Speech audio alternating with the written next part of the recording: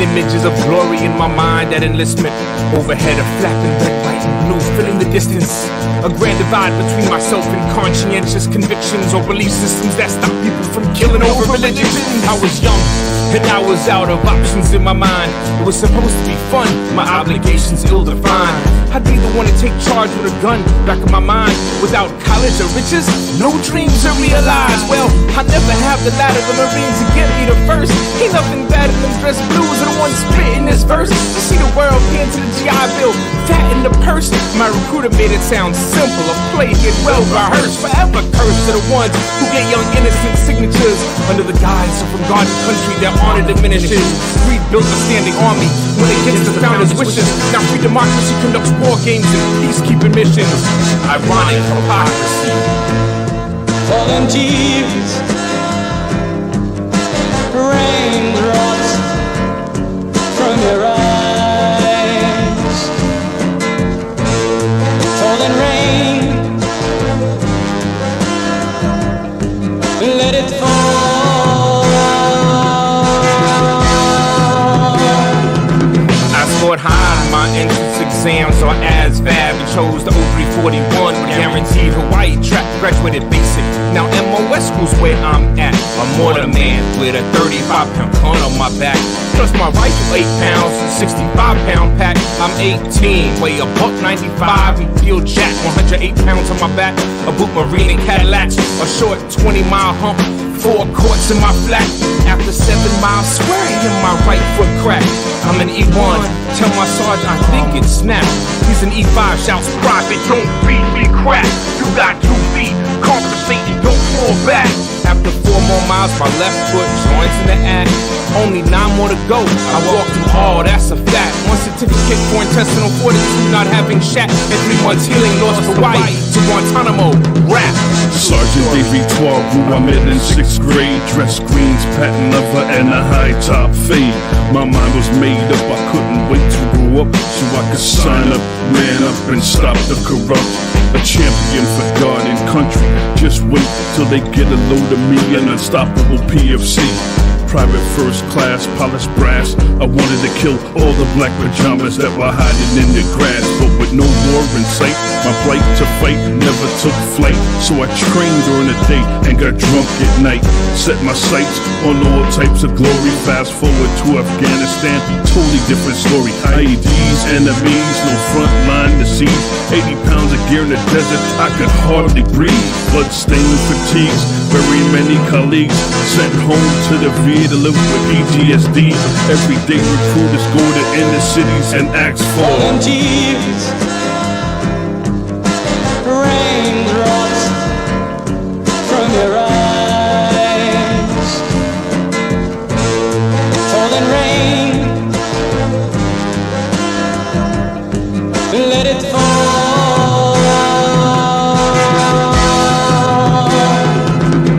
I never let my children volunteer for the military to make the same mistakes as I did these days could be deadly. If they're drafted with Dodgers, my go back, stay ready. I support Manning and Snowden. You know where this country's heading. Global tyrant, hegemonic, bully police force, demonic practice, virgin sacrifice, bloodlust. Oil wars valuing corporations over people. Vampires. This is sick worship by objects and pure evil. Material desires get more attention than spiritual. Benefits are based on profits. Complaints aren't given view. Arms manufactured supply both sides of conflicts. Do you have a problem with any of these statements or doubt their truth? I'm a father and a veteran, and I stand for peace. Julian Assange against our commanders-in-chief. But it's hard to be better when daily demands compete. I'm not ignoring the slaughter, I'm just trying to eat like you. Falling tears, raindrops from your eyes. Falling rain, let it fall.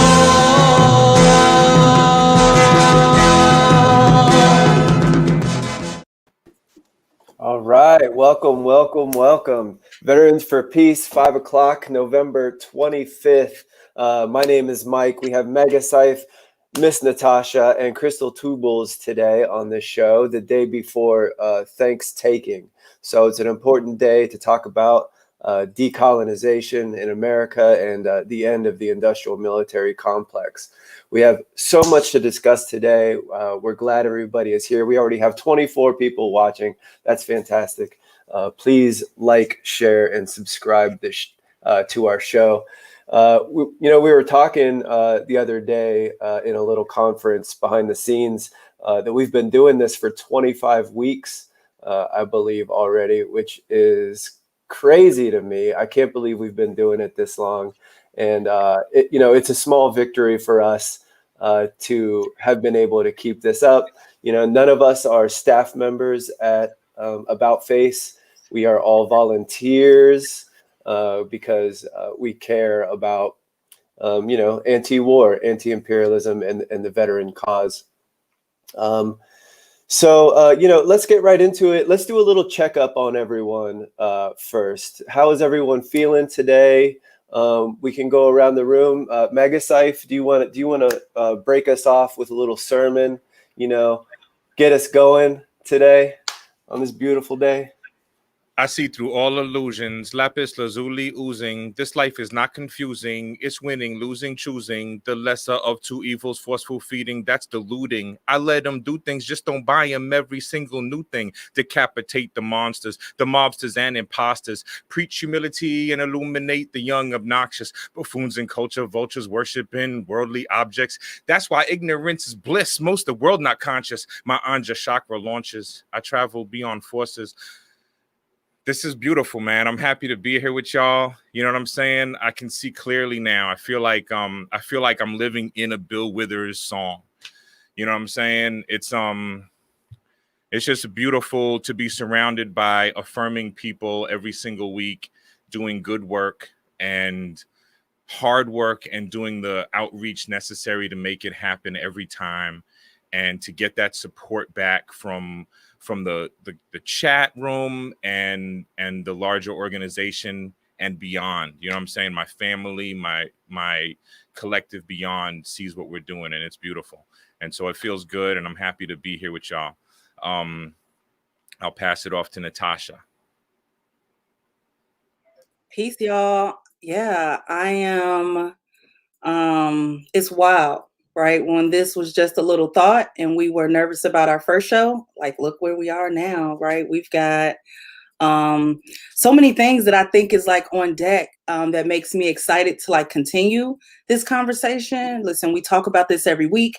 We started this after the assassination of George Floyd. And we saw that the National Guard and active military components had planned to, deploy and take arms against the people who righteously were rising up to say enough. And so what I think we've done, when you look back at the shows, is that we want to have a conversation around, no matter where you are, if you're a veteran out in a place where you might not have a lot of folks around you, we're hoping that this brings a sense of community, a sense of organizing, that if we can, bring folks on that are talking about their work, when we share these links, click on those links after the show, follow up and get engaged. Not everyone is going to be out in the street, but if you're on your computer, you can click a petition, you can donate a couple bucks if you have it, and you can be a part of the online medium and moment for justice and liberation. So I'm excited to be on here. I'm excited for our conversation today. Peace. Hey, Apiveshev, everyone. Krystal Two Bulls here. I'm Oglala Lakota, Northern Cheyenne, director of the LANDBACK campaign with Indian Collective.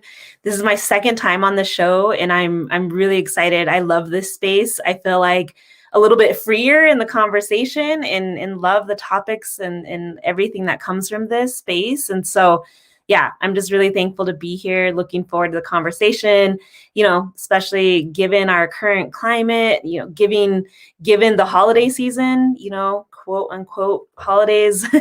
And, excited to jump into some of that conversation around decolonization, give a few updates about LANDBACK and Indian Collective. So really happy to be here with everyone and share space, and looking forward to this. Check. Beautiful. Thank you, Krystal, so much. I think we should just get right into it. The people are eagerly awaiting this information. So LANDBACK, as we know, just launched a few months ago. I believe, was it the beginning of October?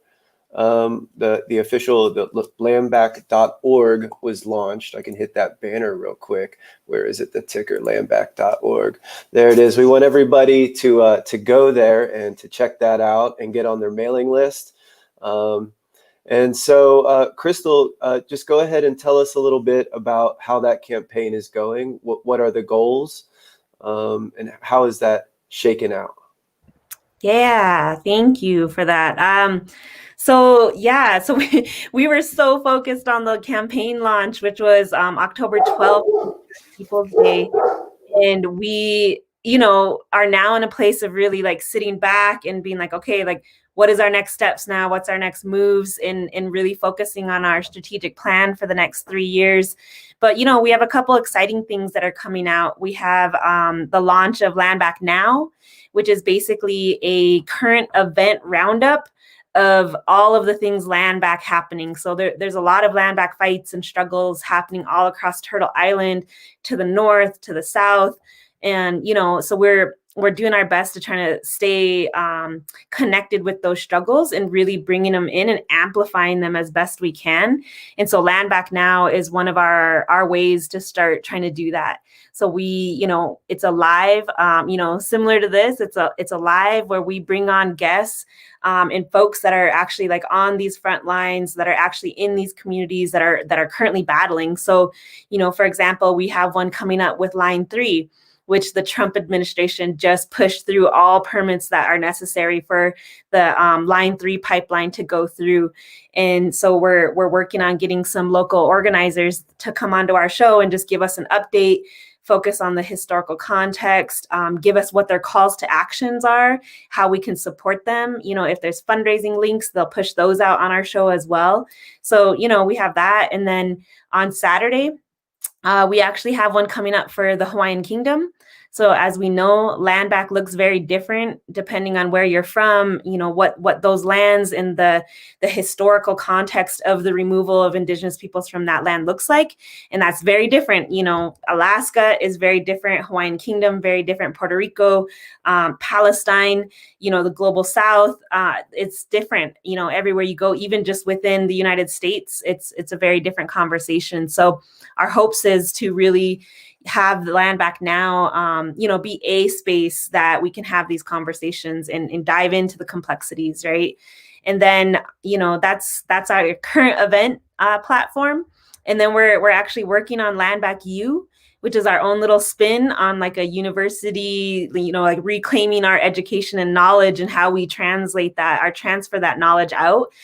So we're working on like a university style course and classes with LANDBACK U, and that'll house, more of the deeper conversations, right? So there's not so much of like an urgency and like current event feel to it, but more of a in-depth conversation with folks that are in these certain areas. So, for example, like the Hawaiian Kingdom conversation will probably at some point move over to being like a 4-part course, because as we know, the conversations around Hawaii and militarization in Hawaii are deep and long. And so we want to honor all of the history and the stories that go along with that. So, keep an eye out for LANDBACK U. I think we're going to be launching in 2021, January 2021.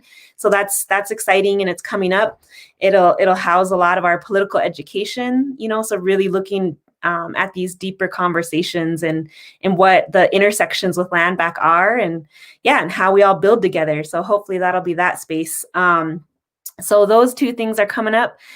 We are visiting before we went live, and we're getting ready also to have an online store through Indian Collective.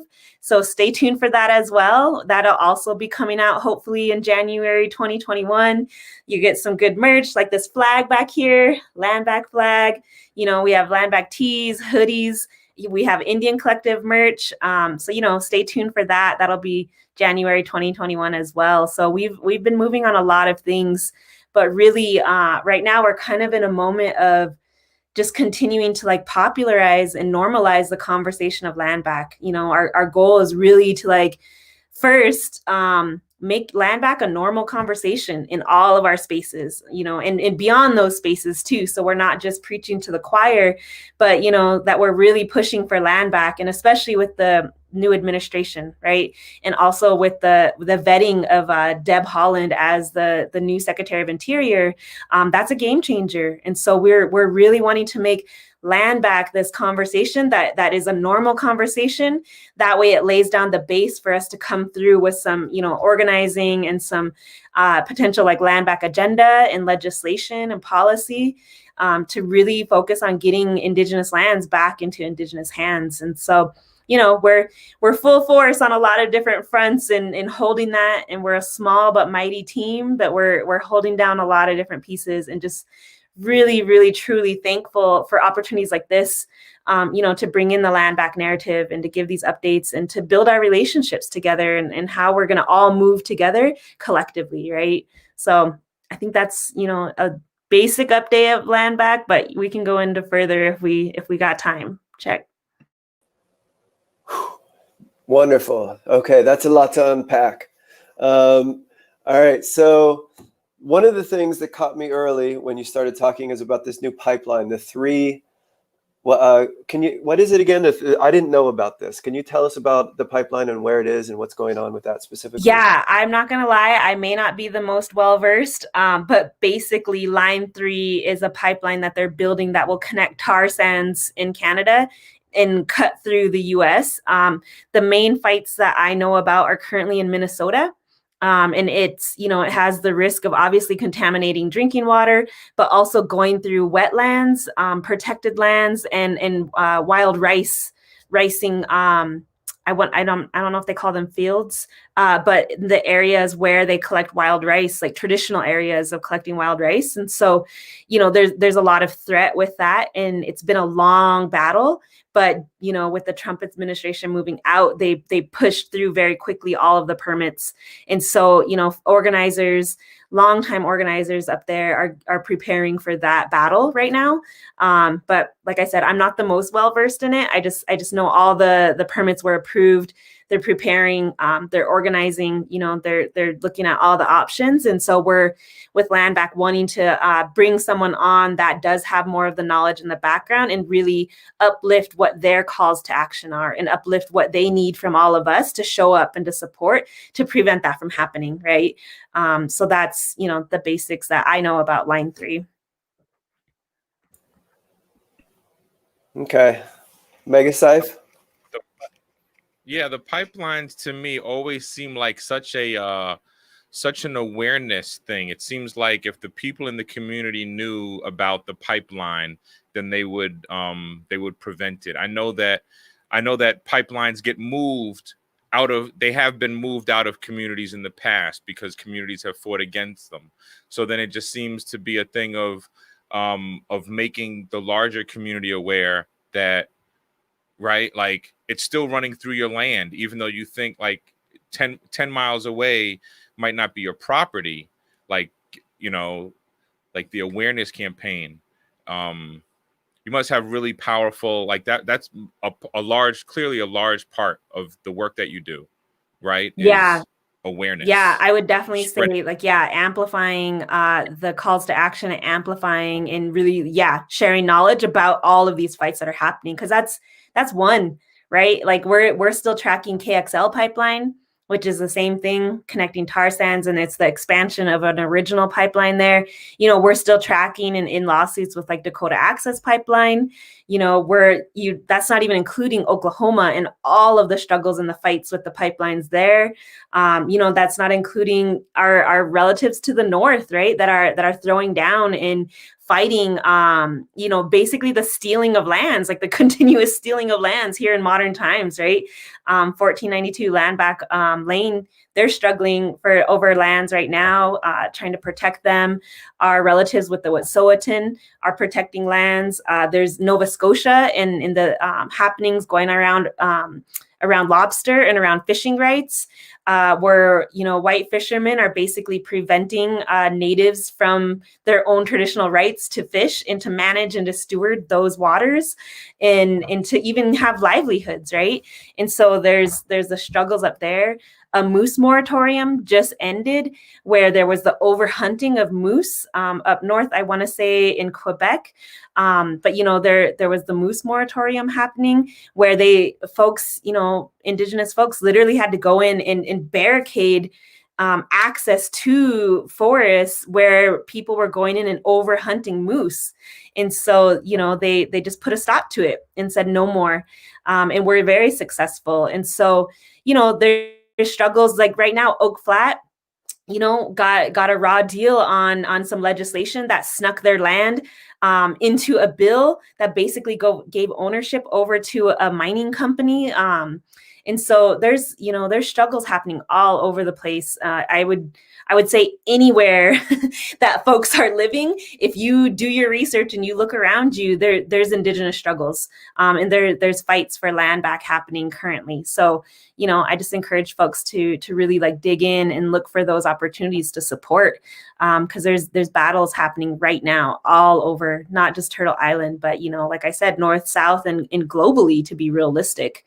But yeah, that is most of my work is bringing those together and making sure that we do the best that we possibly can to amplify those voices of the folks that are directly on the front lines and that are directly in these struggles and fighting to protect and to defend and to prevent exploitation of our Mother Earth, right?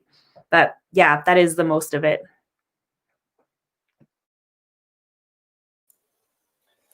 Yeah, thank you. The fight is everywhere. The front line is everywhere, as they say.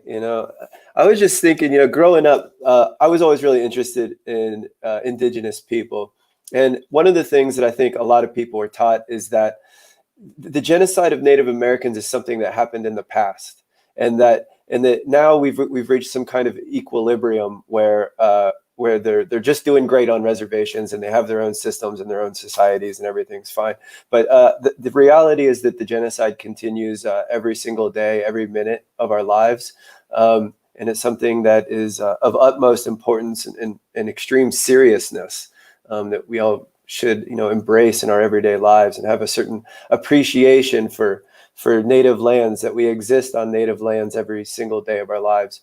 I was thinking about the Cold War. America supposedly won this thing called the Cold War, but the reality is that it was in fact a hot war, and that they were talking about seriousness of this thing is that we were having nuclear blasts. There were something like 1,200 nuclear blasts in the history of the world. And we think about the American Southwest, and we think about how there were hundreds of thousands of nuclear blasts. This was a hot war against indigenous people here in the heart, in the imperial core.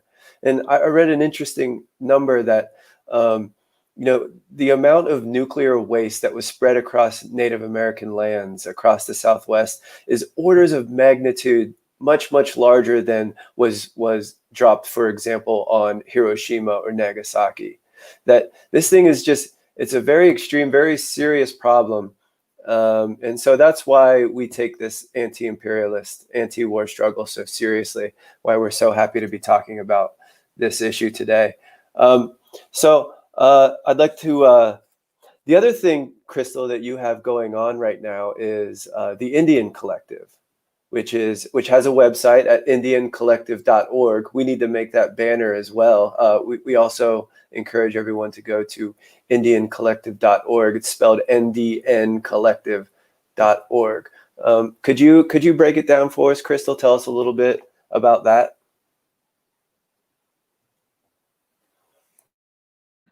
Sorry, I couldn't find my unmute button. Yeah. Yeah, so the Land Back campaign lives within Indian Collective, right? And with Indian Collective, we're an organization that was very specifically and intentionally developed by Nick Tilson, our president and CEO, to build Indigenous power, right? And to build Indigenous power for the benefit of all peoples, right? And for an equitable and just world that serves all peoples. And so that's really what we operate under, our mission. And so we move resources, we organize, we have loans, we acquire assets. We're really a very unique organization in that way. Right now, one of the most beautiful things about Land Back and the campaign is that it is actually a campaign that lives within the entire Indian Collective ecosystem in terms of, folks coming to us, with Land Back struggles. And then we're, through the Indian Action Arm, are able to support them with organizing, with strategic planning, with on the ground support sometimes when we're able to, and obviously when COVID isn't as much of a factor, so hopefully more in the future, but we're able to support them in those ways as well. But in addition, what we also want to focus on is like an Indigenous future, right? Like, what does it look like when we have success, when we do reclaim stewardship of these lands? And Indian Collective is already moving and working in that area, right? Like, we're already funding across 21 different territories and regions across the United States, into Canada and into Mexico, Pacific Islands, including Guam, right? And so we're already funding actual community development projects, housing, renewable energy, groups that are working around food sovereignty, gardening programs, all of these areas like conservation, land management, all of these areas where folks are already actively embodying the success of what it looks like when Native peoples and Indigenous peoples reclaim stewardship in relationship to the land, right? And so really, that's what Indian Collective does, is builds that power, right? So not just focusing on the fight, but really being able to hold and envision and create and develop as much as we are resisting, right? And decolonizing.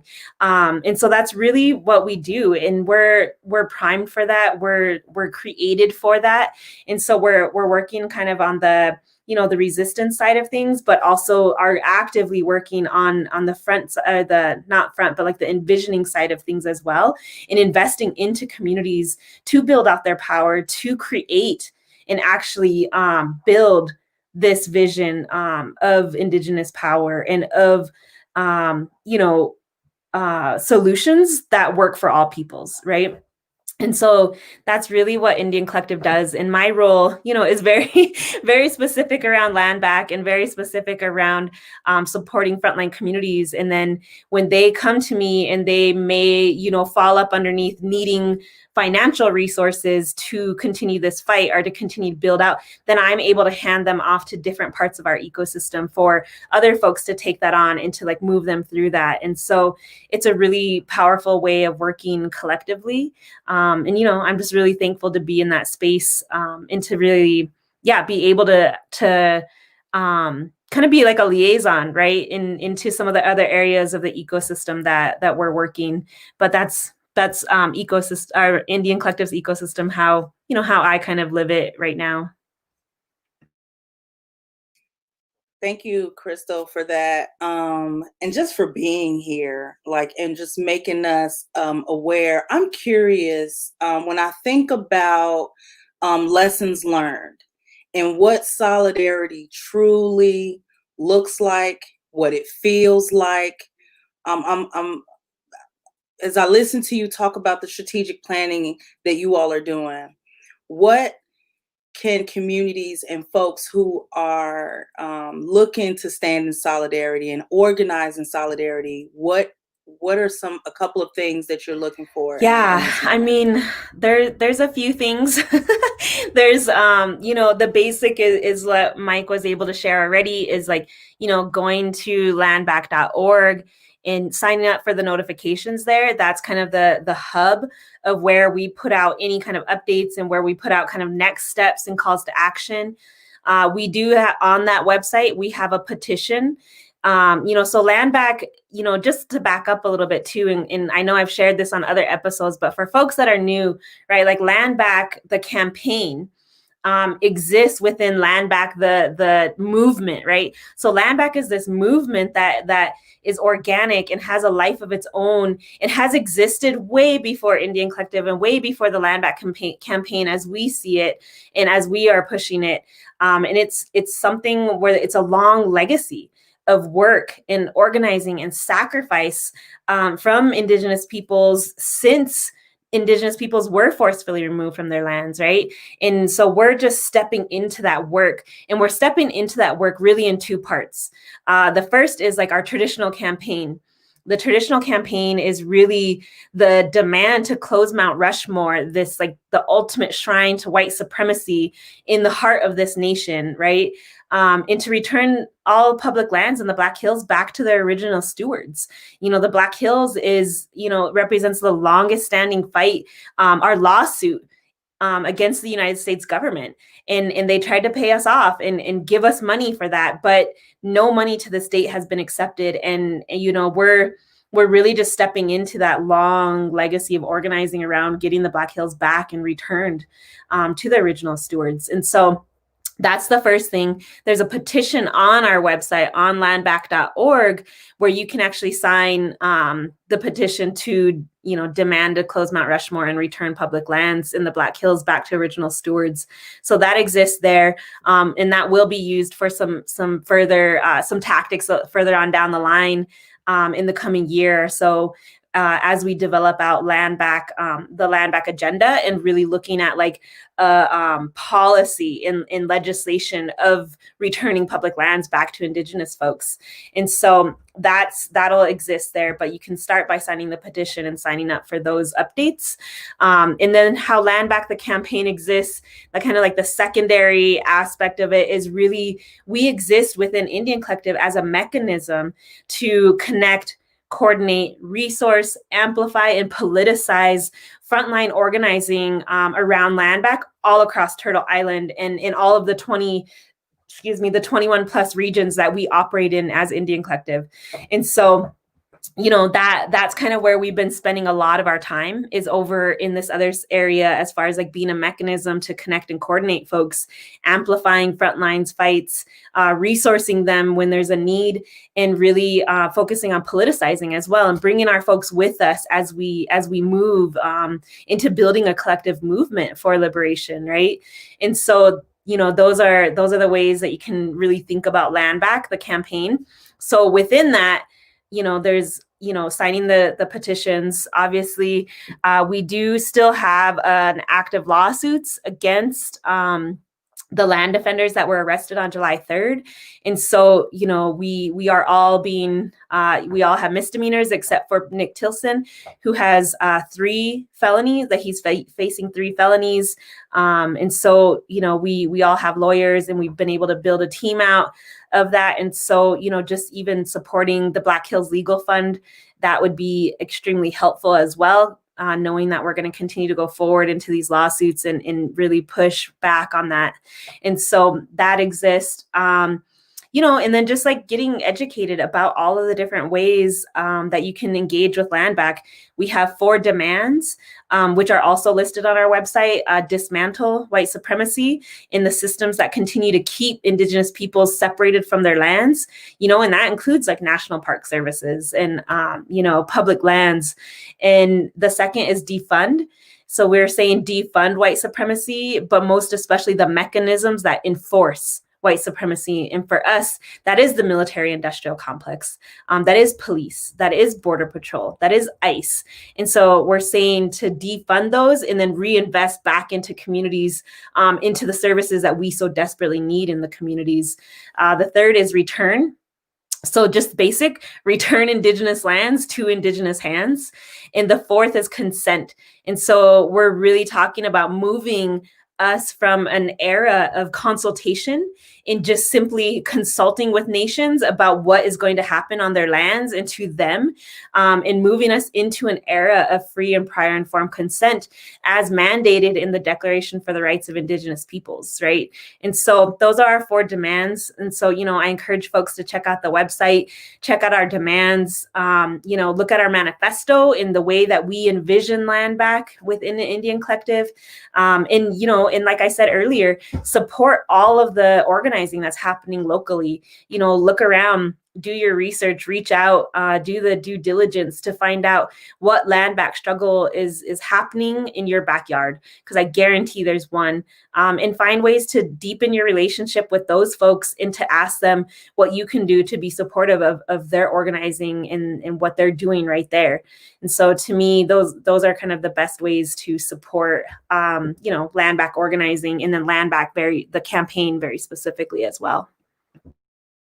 You are on point. You answered 3 questions. Thank you. Solid. Like, I'm good. Miles, what you got? I know. Well, so, I know that I live in Biloxi and Choctaw territory originally, and I want to deepen my knowledge and find out what's going on here. Mobile is actually a very active city. So I need to get involved in that. I love the flag behind you, and I've read the Red Deal put out by Red Nation. I don't know if you'd seem to know, and I'm wondering if that color choice has anything to do with that. That's one thing, and then I hope all those statements that you said are on T-shirts and sweatshirts, because I'm gonna go into the store when it's live, because those are some, like, I like them. The Resist one is really cool. And then I want to show my solidarity. I'm wearing my VFP Rock shirt, and this is a struggle for Indigenous lands back in Okinawa, to get the bases in Okinawa shut down and take care of that insanity, where most of the land in Okinawa, 50% of it is unusable because of unexploded ordnance in the NTA, Northern Training Area. And so, to go back to Mike's question earlier, my real question for you is, the intersectionality between land back and environmental rights seems like such a natural union. But then do you find coalitions in, like the Sierra Club, or do you find coalition there, or is that not happening? And why do you think that is, if it is or if it isn't? I mean, I think, yes, like, there should be, like, our movements cannot exist in silos, right? Like, we cannot go forward anymore. One of LANDBACK's organizing principles, and like my personal organizing principle, is that, like, we don't win without each other, right?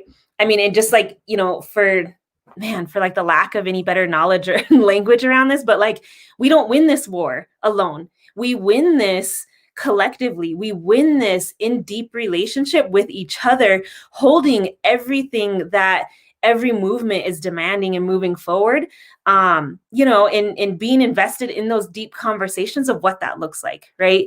And so LANDBACK, like, we've spent a lot of time really deepening our relationships with other movements and other organizers to really let folks know that, like, we're invested in showing up for folks. We want to be there, and we want LANDBACK to be something that can amplify and carry the messages and the narratives in the humanity of other movements as well, right? And so we really operate from the understanding and the grounding that, we have to envision worlds where Indigenous land back and, like, Black reparations coexist. And we have to envision worlds where we are holding a migrant justice analysis, and that we are holding the integrity and the humanity of all peoples, right? And that, you know, we move into anti-war, anti-militarism, and anti-imperialism, right? Because we know that this country was founded on colonization. We know that the military and the militarism was the enforcing mechanism that actually removed indigenous peoples from their lands, right? And so knowing those things, and also, you know, to take that even further, knowing that that template of the US military removing from lands is then used overseas on other indigenous people's lands to remove them from them. And so, you know, and that's a very simplified way of looking at it, but we definitely look at that and acknowledge that, you know, the military industrial complex does continue to separate indigenous folks from our lands. Like the Army Corps of Engineers, they have to go through a whole permitting process with these pipelines that we were just talking about, right? And so they are a key component that do continue to keep us separated, and that continues to exploit, right? But all of that to say that is our movements have to continue deepening our relationships. The environmental justice movement and the climate change, with the threat of climate change, right? Like we have to be working hand in hand. And actually, Land Back is at the core of climate justice, right? Knowing that if indigenous peoples were able to steward their lands, that it would actually mitigate a lot of the exploitation of Mother Earth and prevent a lot of the climate change that in the climate disasters that we're experiencing now, right? Earthquakes, extreme fire seasons.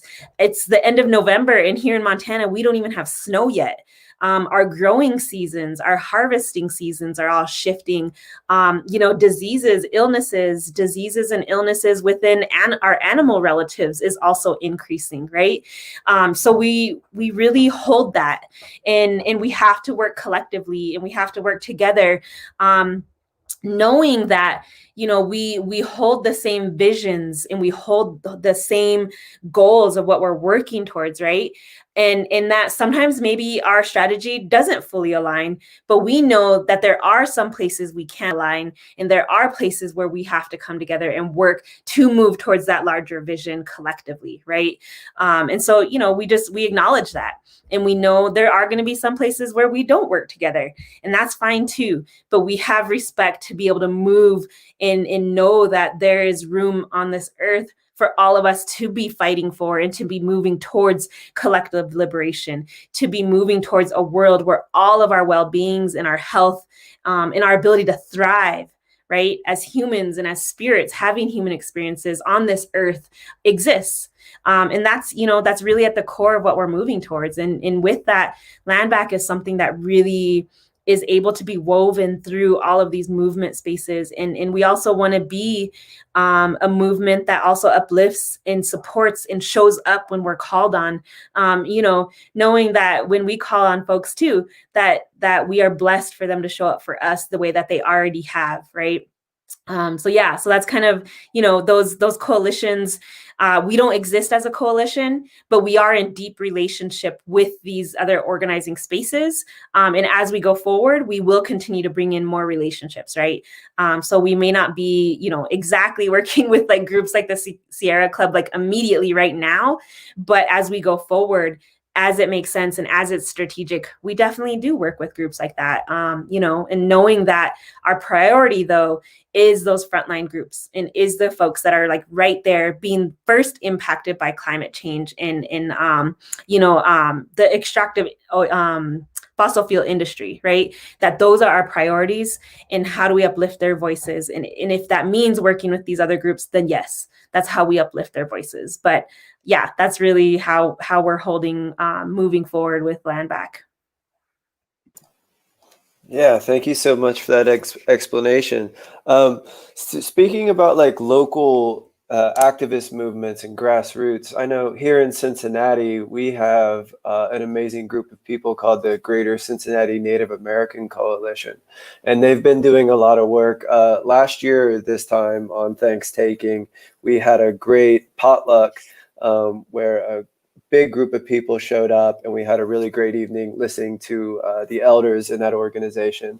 And I'm really sad that we can't do it again this year due to COVID, but I think there's going to be some good volunteer events or actions in the near future. So I want to give a shout out to the Greater Cincinnati Native American Coalition, and I would encourage other people to look them up. One of the campaigns that they led, by the way, real quick, is that in northern Canada, Procter and Gamble has a headquarters in Cincinnati. It's a Fortune 500 company. It's one of the largest companies in the world. They are clear cutting original growth, old growth forests for toilet paper, specifically for Charmin toilet paper. So side note, I would encourage everyone to boycott Charmin toilet paper. Don't use it. They're cutting down old growth forests from native lands. It's a serious offense. And we have made some progress on that. I think the board of directors at P&G voted to talk about it, basically, to at least acknowledge its existence. But I'm not sure what's going to come of that. The other thing that we touched on was Nick Thielsen.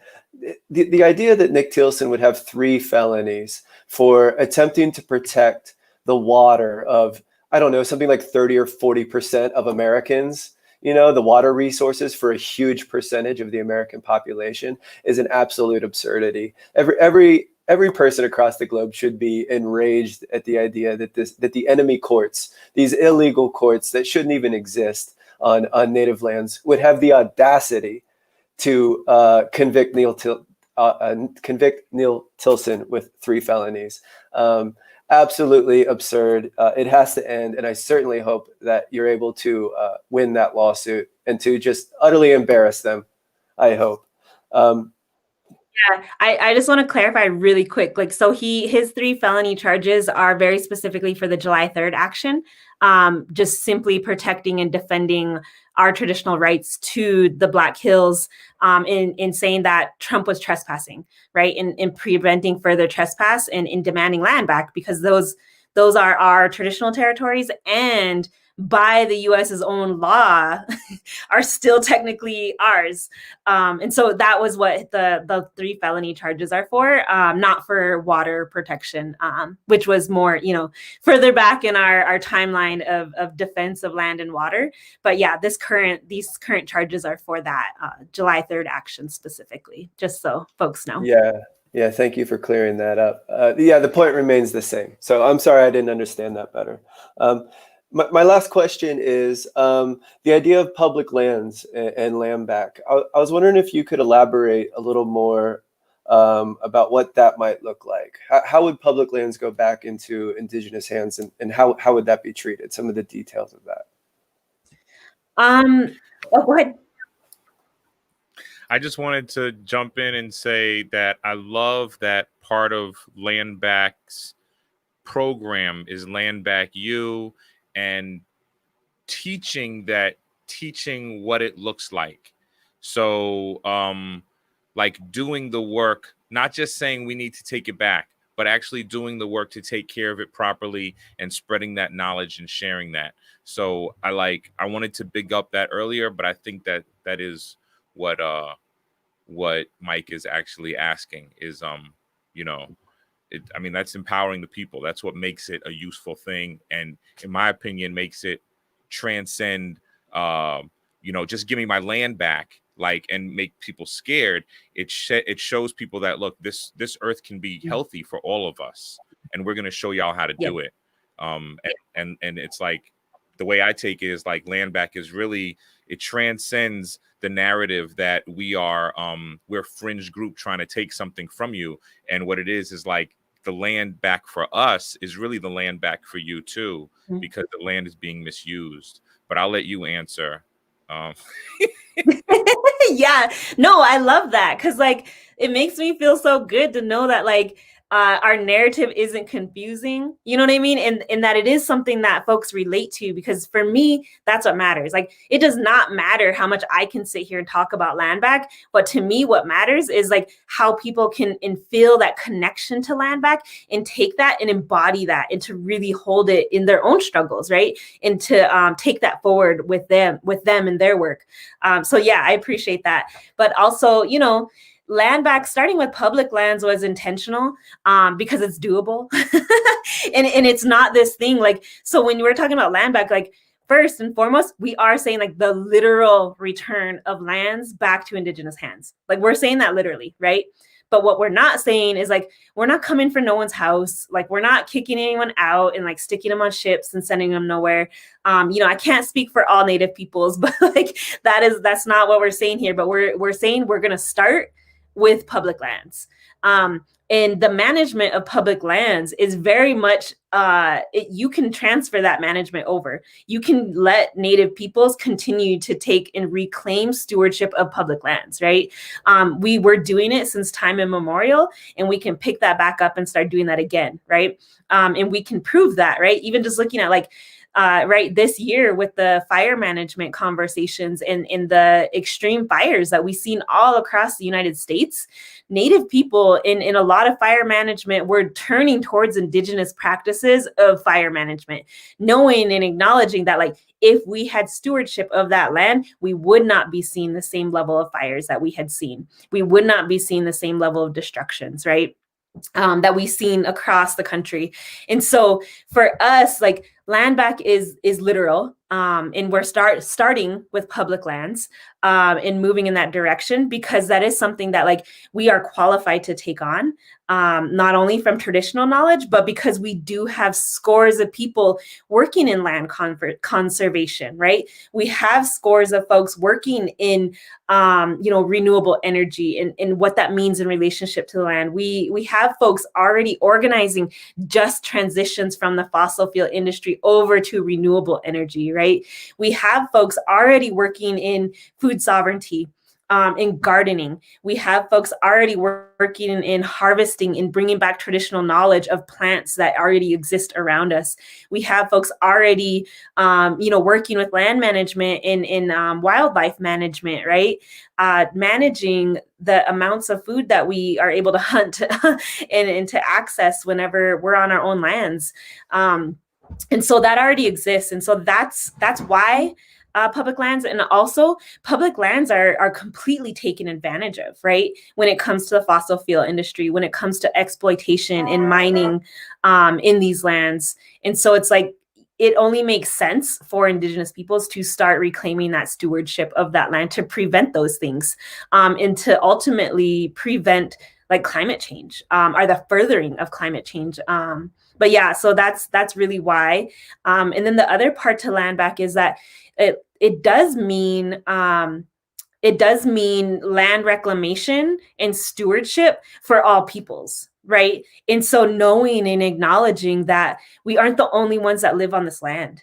And there is space for folks to learn how to be in relationship to this land. And there are folks that are already in relationship to this land that do align with LANDBACK narrative and LANDBACK demands, right? And so really creating that space. And then also acknowledging that LANDBACK does also mean the reclamation of all of those things that we were disconnected from when we were forcefully removed from the land, right? So like I already named, hunting practices, harvesting, gardening, gathering of foods, also our songs, our ceremonies, our spiritual and emotional and even physical well-being is tied to the land, right? So as we reclaim those things, we become healthier and well people. In healthy and well people are able to continue to move forward and to pass down healthy and well practices.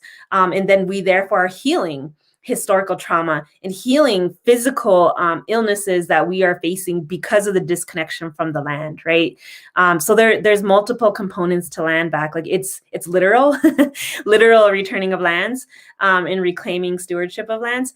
And it is very emotional and it is very spiritually guided. And it is about those other components and reclaiming the other things that were taken from us and stripped from us ultimately when we were removed from the land. So that long way of saying that starting with public lands is kind of where it's just a starting point. And it's something that we're already doing. It's just a matter of like moving it even farther along. Again, thank you, Krystal. I'm curious, when I hear you or I'm listening to what you're saying, and I'm hearing that there's a lot of policy and law, right, that that is just clear and consistent. When I think about like my own, Air Force experience, and I've been to Okinawa when we, fielded new aircraft. I remember what the environmental inspections looked like and why. And it was because the people were demanding better. And so to just see the proliferation of military presence in the Pacific is just something that also rolls around in my head. So I'm curious if we're talking about federal level policy and law, do you have any type of legislation that you all are really trying to push? And really, I'm interested, do you have an elected ally or accomplice in this moment, or is that something that you are not? I'm curious to know your interest in that. We're moving on that. The first step is developing out the LANDBACK agenda, which is in our mind kind of like a scalable platform in looking at LANDBACK and what that means. What does that mean in high school when we have kids that are talking LANDBACK and running for like student council? What does it mean at the city level when we're talking about reclaiming public lands that exist there? What does that mean at the county level? What does that mean at the state level? All the way up to federal level. So we are currently developing that out. Where I always forget when I talk about LANDBACK, we're 3 months old, y'all. we're still building these things out, but that is a key component, is developing out the LANDBACK agenda and then moving into policy, federal policy very specifically. And we do have a few folks that we're working with, and we are very hopeful with Deb Haaland getting the nomination for Secretary of Interior, and the possibilities in the way that her stepping into that position is it'll blow the door wide open for the LANDBACK conversation. And so we're looking forward to that and doing all of the behind the scenes work to really build out this policy and build out the LANDBACK agenda to start with. And then very open to partners in how we do that, and in partners to help push that and to support us in that work. So definitely open to that conversation.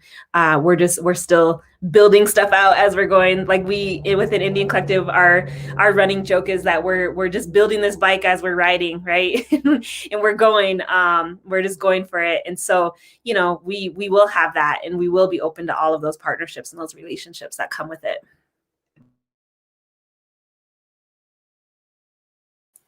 I have one final question.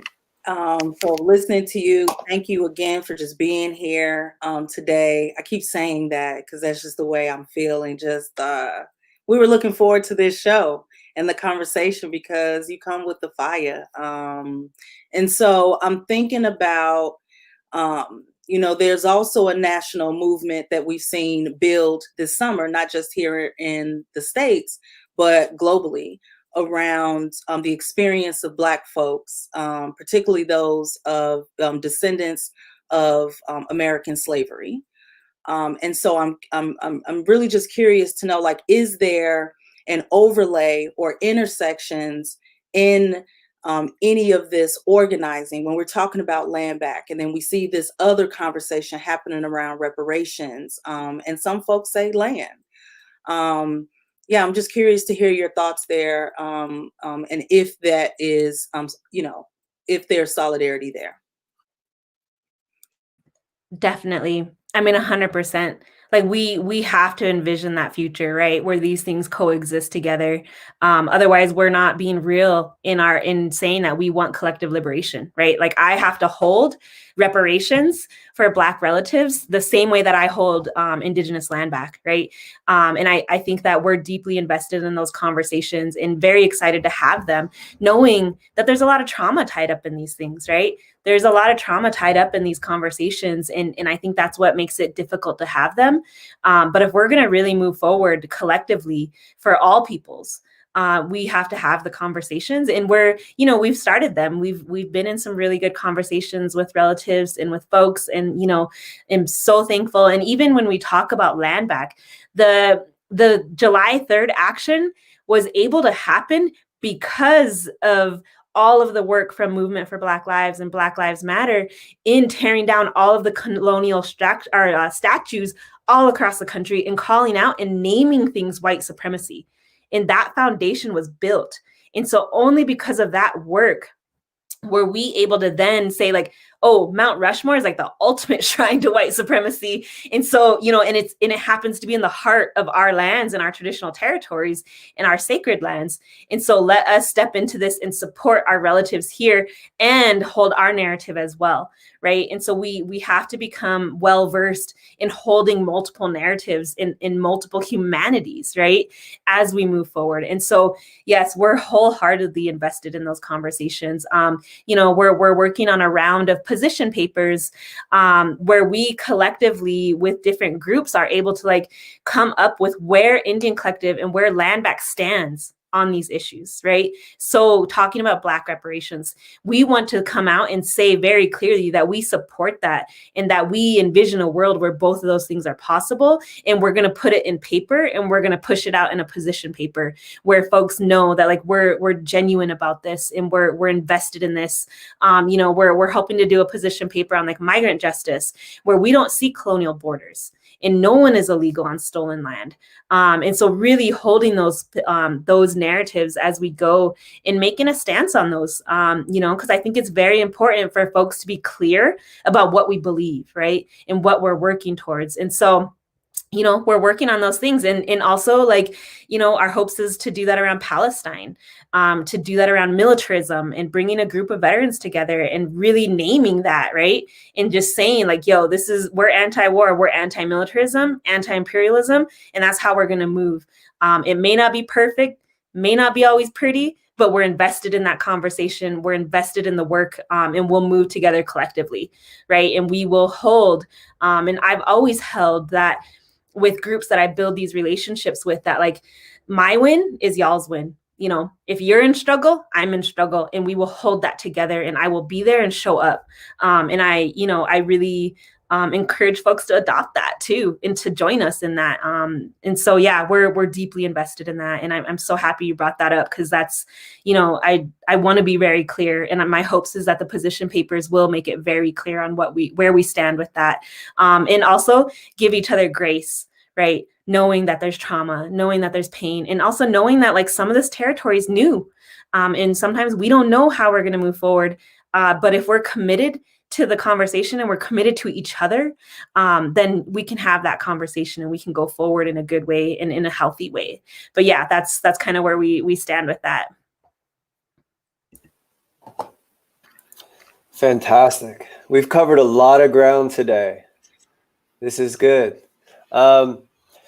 So we're nearing the end of the hour, and so just to touch on like maybe some more general topics real quick. I think everyone here is glad that Trump will no longer be our president. So that's good. That's a little bit of progress. Everyone's happy about that. I don't think everyone is particularly happy about the fact that Biden will be our next president. That's just something that we have to deal with. And I think it's important to make the point that the fight and the struggle goes on under a more polite emperor, that we have now. And so it's important that we continue these conversations and understand that there will be more protests. There will be more horrendous actions taken by the police state and the military industrial complex that we have to prepare for, not to rest on our laurels now that we've had a Democratic victory in the White House. So yeah, I mean, just to finish up a little bit here, Krystal, do you have any particular feelings about that, about how we move forward now that the Democrats are on the rise here? How should we treat this? How does the LANDBACK and Indian Collective view the Biden presidency? Yeah, I mean, I can't, officially speak on behalf of like Indian Collective, but I can very much speak on behalf of me in the LANDBACK campaign in terms of like, no, like Biden didn't win. The people voted a certain way, right? Like the way I talked about it, and God, I keep using military terminology, and I'm sorry, I'm like stuck on it, but like we voted to define our battlefield, right? That's what we did. We didn't vote in Biden. The people made a decision about what we feel like what battlefield that we're going to fight on. And we chose and felt like Biden was the one that we could really have more of a step up and an advantage in, right? But no, I think from the very beginning is that we knew that it was horrible either way. We just chose the less horrible route. And we chose the battlefield that we felt like we would have the most advantage on. And I think that we have to continue doing what groups like the Frontline Campaign has been doing and how they showed up, right? Like, Indian Collective was a partner and a member of the Frontline Campaign, in the way that they showed up and threw down was so powerful. And I think that going into it, they were very clear on this is like the first step, right? In that our fight continues on, our struggle continues on, and we will continue doing that and holding accountable this administration, including Deb Haaland, right? So I am under no guise that by simply having a Native woman as the first secretary, or first Native woman as the Secretary of Interior, that's not the end game. Right? Like, we have to also push her on her politics. We have to also hold her accountable, because as we know, it is the system. So you can put the best possible person in these positions, and in the level, and as we know as veterans, the level of indoctrination into these institutions and into these systems is deep, and it's real. And I know that it takes a lot to heal and to unindoctrinate ourselves from that. And so knowing that they are going into that position, facing that indoctrination and facing, having to uphold this system and try to fight and work on behalf of your people, we have to know that we, the people, have to hold them accountable, and that we have to continue organizing, continue fighting, continue the struggle, and to continue to push until we get what we say will work for us, not what they say. And so I think that, that's the way that I'm really looking at it, is that, there's some really amazing groups out there that are throwing down and doing the work, and we need to continue to support them. We need to continue to be involved with them, and continue to organize. So that's, really where LANDBACK falls. Indian Collective's a partner with the Frontline Campaign. So we'll continue to show up and continue to do that work as best we can. And continue to hold this administration accountable, knowing that he wasn't, it's not a big prize that he won, and we still have to hold him accountable. And that's just what it is and where it's at, So the struggle continues, and we continue to build relationship, continue to invest in each other, and continue to show up for each other through all of that. You allowed me to go ticker crazy, because you see this intersectionality and you make it happen and you bring it out in your conversation and you normalize it. And I think a lot of people struggle with things like that. So I really appreciate that. I loved hearing all of the intersections and getting visuals on how it looks, I think a lot of the narrative is twisted for people, and people don't realize how much this intersects, with their lives. I saw a comment earlier, and I know we're out of time. I thank everybody for being here this week, and I hope y'all tune in next week. But there was a great comment that pipeline that you're talking about, the three, the one in Minnesota you mentioned, and you hit the nail on the head with how it's going to affect the environment, is going to run under 200 streams. And there's the idea that public land is removed from us, and it's this pristine thing that we're supposed to honor. And it's like you bring up, it's not being honored. So I thank you for being here with us. Like my co-hosts have thanked you. We're going to share this widely and, support you in any way we can. I just want to ask y'all, I'm going out tomorrow. I'm cooking a big meal. I'm starting today, and I'm going to go out and feed at least 20 people. I bought a bunch of to-go containers and personal hygiene stuff. And so I'm going to give out, I have 20 packages of wet wipes, and then 40 lunch containers, but I don't have enough wet wipes. But still, I'm going to give out as much as I can, as much as I can cook, because I grew up loving this insanely sacrilegious holiday, right? High holy day. It's like, you know, if we really get into it on a spiritual level, it's really sick what we do as a country, the amount of money we spend on this day and on this week when the supermarkets are already throwing away tons of food a year. And then we consume and overconsume and gorge, and there's still people outside starving. So I'm kind of curious. I know Native American Day or something like that, Indigenous Peoples Day is on Friday.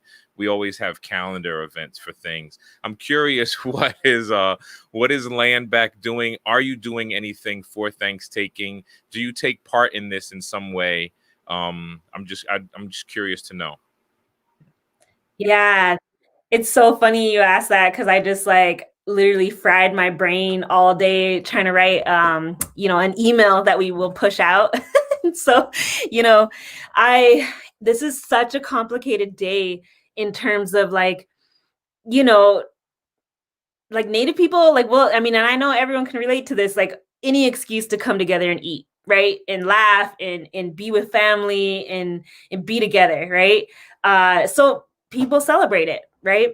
And also, we have to continue pushing back on this narrative that basically is an intentional narrative that erases the real history of this day. That this was not a day that Native people say like showed up and saved, and that there was actual Thanksgiving and all of that stuff. Like that is BS, and we need to call it for that. And we need to be telling the real story of what happened in the genocide, in the massacres that fall within this time frame, right? This whole season is a very problematic season and a very traumatic season for Native folks and Indigenous folks on Turtle Island, because this is when a lot of, like, for the Plains folks in particular, this is when we're typically nomadic in following the buffalo, you know, our food source, and in relationship with them. But this is when we would actually camp and have like a winter camp in where we would be in one spot. And so that made us more of a target for the US military. And so this is the time when the majority of the massacres would happen, including the conversation around Thanksgiving, right? And so for me, this is a really complicated time because I push back on the notion of Thanksgiving and call it what it is.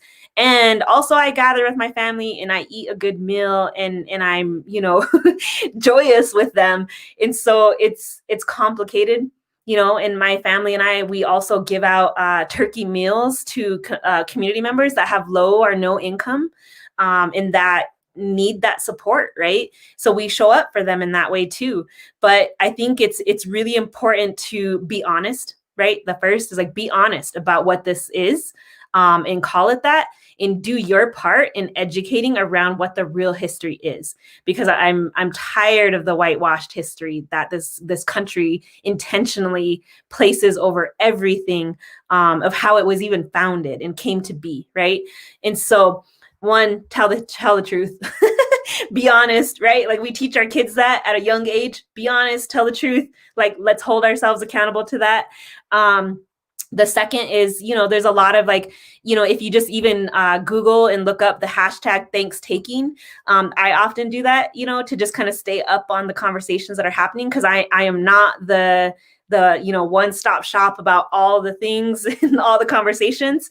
So I encourage folks to, like, you know, do some digging and research what the real history was, what the actual story was, to look at, you know, how do you indigenize Thanksgiving? How do we bring back traditional food systems? How do we get away from like commercial foods that aren't good for us, GMO and all of that? How do we get back to traditional food items to our region? How do we support small businesses? How do we support Indigenous businesses, Black-led businesses around this time frame? So, you know, just really looking at those little things that we can do that make a big difference. You know, so I encourage folks to just keep looking. I often just look up the hashtag Thankstaking just to see what's out there. So I encourage people to do that. And I feel like you'll find a ton of resources about how to show up and how to speak about this day in particular.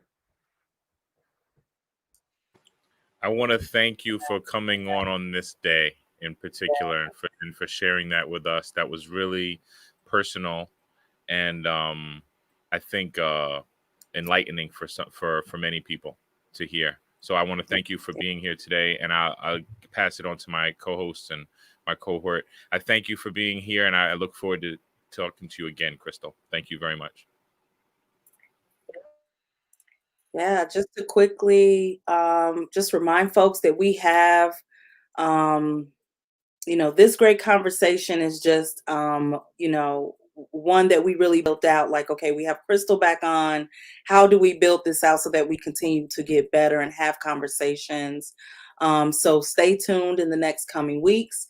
We will continue to organize. Our goal is to really just educate, hold this space. And then really for those that are on active duty that might be participating in the things that we're talking about, like we really want this space to be one that, when we're talking about militarism, we're not talking about the service members. We're not talking about the people that we understand took an oath and, in a real sense, feed their families. We're talking about the systems and the structures. And so, to that end, we have peer support. So if you're out there and you want to have conversations with veterans who have been in those boots, who understand what it's like, email us, confidential peer support based on your branch, if that interests you. Stand down at veteransforpeace.org. We monitor that. You'll receive a response within 24 hours. So please do that. If you're questioning an upcoming deployment, please reach out to GI Rights Hotline. They have counselors that are always ready to talk to you and advise you of your rights. And if you're interested in Veterans for Peace, we are, veterans. We are former veterans of active duty, the Guard, Reserve, and also active duty members are with us post 9/11 to Vietnam era. And that's actually in the inverse. And then there are folks who are family members and advocates who have never worn combat boots, but understand that this is a moment for us to be focused on peace. For all of you all that are watching the recent cabinet picks of the upcoming election, the resist movement, take a nap, but the work is ahead of us. So again, thank you all for tuning in. We'll continue to do this. And it's based on like the positive feedback that we get in the chat that like keeps us the momentum going. So again, stay tuned, stay connected. Mike, you have anything to close us out? Miles, Krystal?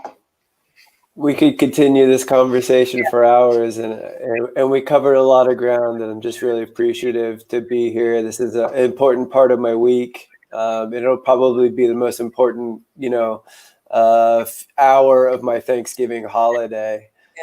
So glad to be here. Thank you, everybody. I just wanted to thank each of you for creating this space and being so intentional about these conversations and inviting me back. I feel like I take up a lot of space, but I'm really thankful. And any way I can contribute and give back and show up for y'all, let me know. I'm here. Love VFP, love About Face. This is like a political home for me too. And so I'm really, really thankful for this space to be a veteran and have these conversations that oftentimes doesn't feel like we should be having, right? Or that are just tough. And so I'm thankful for this space. Encourage people to continue to show up on this show and to support it, and thankful for each of you. Check. Next week we have, I just want to shout out for people who are watching. Next week we are talking to a representative, close family member of Gregory Edwards, a veteran, a man who died in police custody. We will be talking to the family next week. The week after that, we will be talking to liberation advocates, to abolition, to people who are about abolishing the prison system. We are talking to the families of Brittany Winters, or representatives of Brittany Winters and Brittany Winter and Russell Maroon Schultz. And for folks who've been here every week, we are going into we're going to have an FAQ show the week after that. So stay tuned. And the weeks are planned out. You mean reality winner? Reality right? winner. Thank you so much. I knew I was wrong. Thank you. Yeah. Okay. Yeah. I love y'all, and I thank you for being here. Look forward to seeing you again soon. Peace, y'all.